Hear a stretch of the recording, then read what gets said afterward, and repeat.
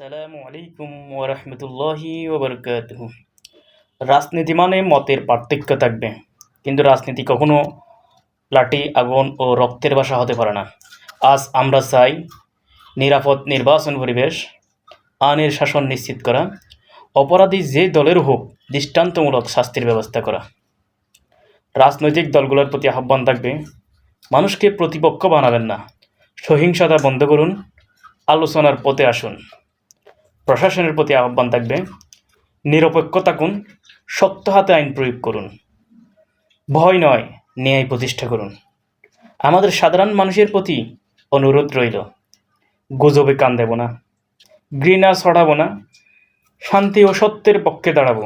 কারণ এই দেশটা কোনো দলের না, এই দেশটা আমাদের সবার। শান্তিপূর্ণ রাজনীতি চাই, নিরাপদ বাংলাদেশ চাই। ধন্যবাদ।